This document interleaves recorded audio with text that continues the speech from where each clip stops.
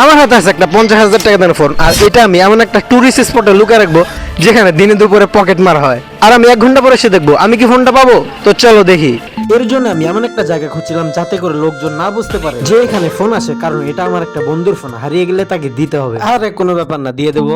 হ্যাঁ क्या আরে না, এখানে রাখা যাবে না, লোকজন দেখতেছে। চলো অন্য কোথাও লুকাই। এই ফোনটা আমরা এখন ওই পিছে লুকাবো। তোমরা হয়তো ভাবতে পারো এটা নষ্ট ফোন, কিন্তু এটা একটা ভালো ফোন, আর এটাতে সবকিছু চলে। দেখো, সাবস্ক্রাইব করো যদি তোমার এই ফোনটা লাগে, একদম তোমার বাসায় চলে যাবে। তো চলো এবার ফোনটাকে জায়গা মতো রাখা যাক। আমাদের কাজ শেষ, চলো এখন আমরা চলে যাই। তো আমি প্রথমে গিয়ে ঢুকলাম গেটে, আর এইখানে ওয়েদার এত সুন্দর ছিল, মনে হইতেছিল আমি চিড়িয়াখানার মধ্যে ঢুকে গেছি। আর এর পাশে একটা নদীও ছিল যেটা দিয়ে একদম প্রাণটা জুড়ে যায়। আর এইখানে ওয়েদার উপভোগ করতে করতে এমন জায়গায় গিয়ে পৌঁছলাম, ভাই এই জায়গাটা দেখতে একদম ফুল বাংলাদেশ ইন্ডিয়ার বর্ডার মতো। আর আমি যদি ইন্ডিয়া যাই তাহলে আমার একটা ইচ্ছা, আয়ুষ ভান্ডারের সাথে কোলাবরেশন করবো। কিন্তু যদি এটা করতে চাই তাহলে আমার মিলিয়ন সাবস্ক্রাইবার লাগবে। কিন্তু দুঃখের বিষয় হলো আমার এখন 1000 সাবস্ক্রাইবার হয়। তো তাড়াতাড়ি সাবস্ক্রাইব করে দাও।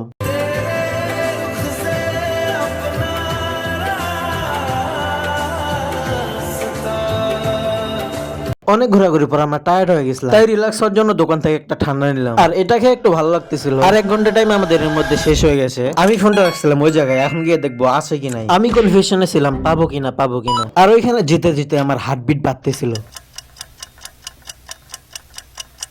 তো ফাইনালি অনেক খোঁজাখুঁজির পর, কি ভাবছো পাইছি? একদম যে রকম রেখে গেছিলাম ওই রকম আছে ভাই। যারা সাবস্ক্রাইব করছো অনেক ধন্যবাদ।